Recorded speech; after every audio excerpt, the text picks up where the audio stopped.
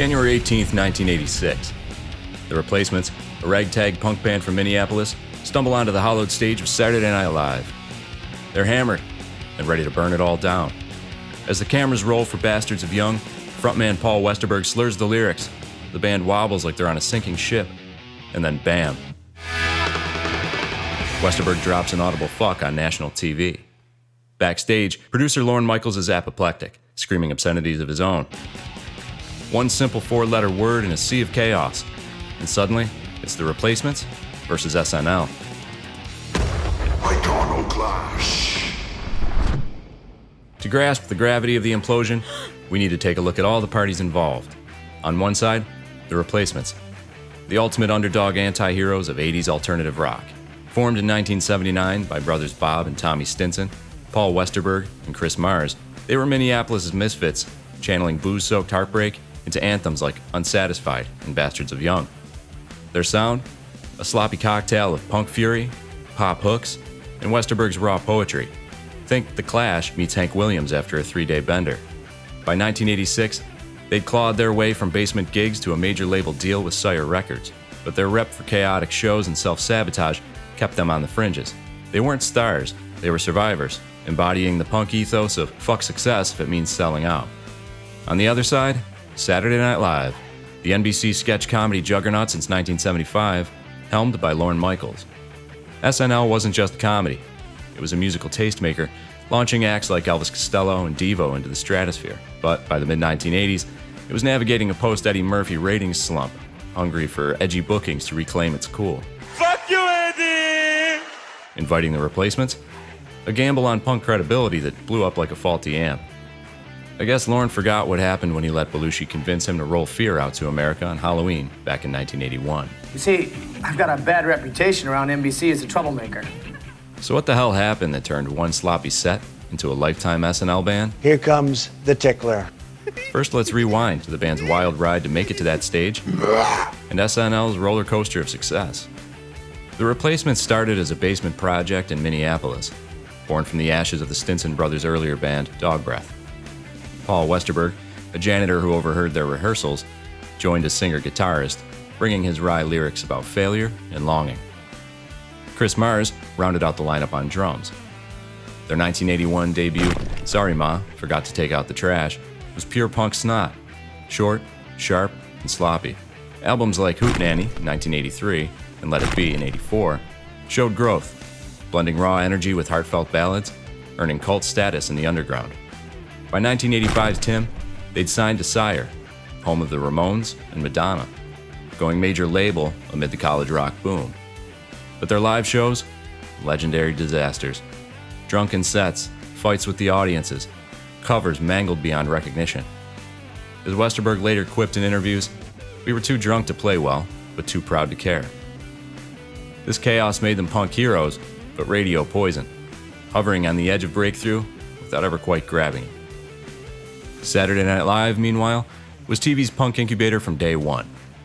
Lorne Michaels, the Canadian impresario who launched the show in 1975, made music a core pillar, booking acts like Billy Joel in 1978 or The Clash in '82 to inject edge.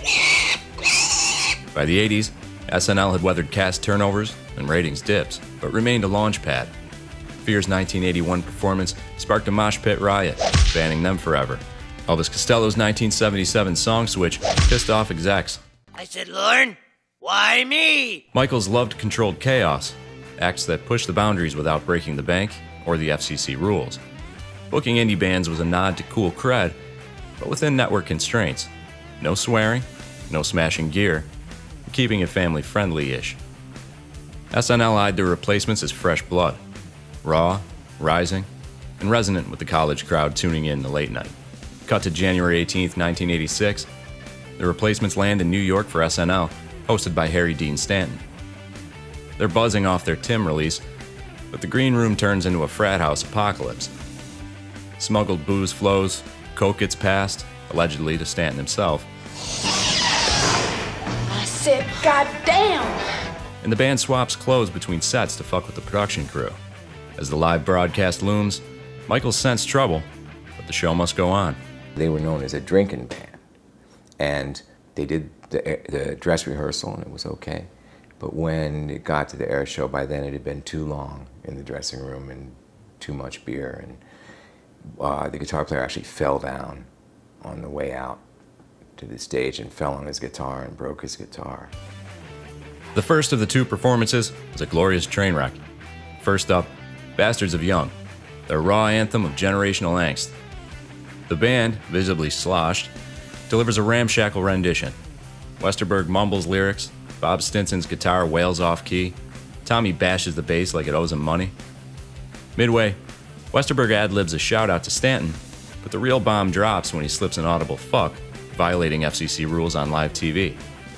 The control room panics. Michaels reportedly screams, "What the fuck was that?" from the booth. For the second song, Kiss Me on the Bus, it's worse.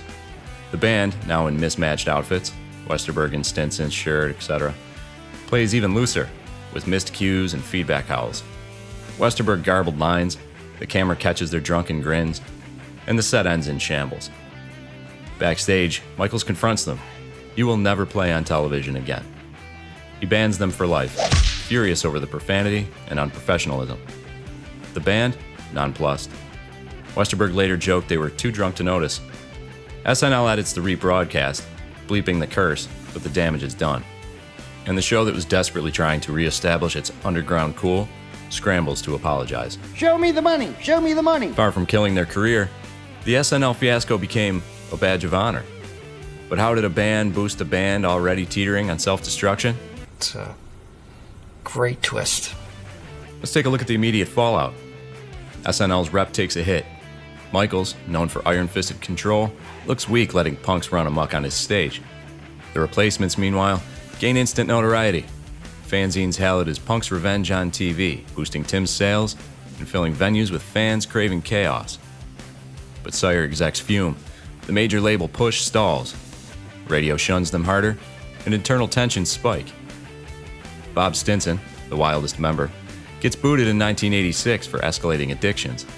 The band soldiers on with Pleased to Meet Me in 1987 and Don't Tell a Soul in 89, scoring minor hits like I'll Be You to reach number 1 on alternative charts. By 1991, they disbanded amid burnout. Westerberg goes solo, Tommy joins Guns N' Roses, and Chris pursues art. Reunions in 2012 to 2015 bring festival gigs and a live album, but no new music. Bob had died in 1995 from organ failure, and Chris would pass away in 2021 from throat cancer. SNL, as we know, moved on, booking safer acts. But the band sticks. The replacements join a rogues gallery with Fear and Elvis Costello. In 2014, nearly 30 years later, they return to 30 Rock for The Tonight Show with Jimmy Fallon, playing Alex Chilton without incident. Quiet middle finger to the past. By 2025, with SNL celebrating its 50th anniversary, the performance gets airtime in retrospectives. An interview with Lorne Michaels. A January New York Times article lists it among fiery, shocking moments, and a February Facebook post revives clips, sparking fan debates on erasure, as some specials omitted it. Westerberg, now 65, tours sporadically, reflecting in 2023 interviews that SNL made us infamous, not famous. Tommy Stinson, 58, plays with Soul Asylum, and the band's legacy endures via docs and reissues. No formal SNL apology or invite back. Michaels, 80, focuses on season 51 cast shakeups amid ratings dips. The feud's cultural echo? It shined a light on Punk's anti-establishment heart for all at home to see.